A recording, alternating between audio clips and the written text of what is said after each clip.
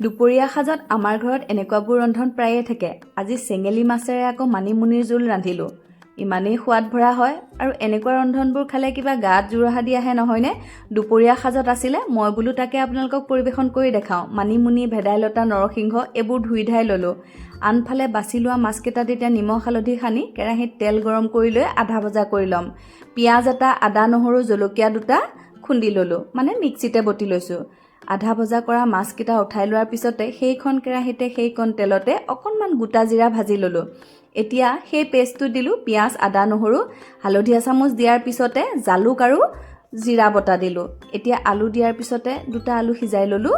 নিমখ অকণমান দি আৰু অকণমান সময় ভাজি মিক্সি বাতিটো অদালি পানীকণ দিলোঁ। সেইকণ পানীৰে সুন্দৰকৈ মছলাকণৰ সৈতে লগালগে ভাজি লৈ নৰসিংহ, ভেদাইলতা, মানিমুনি মিহি মিহিকৈ কুটি লৈ এগিলাচ পানীৰে পেষ্ট এটা কৰি ল'লোঁ।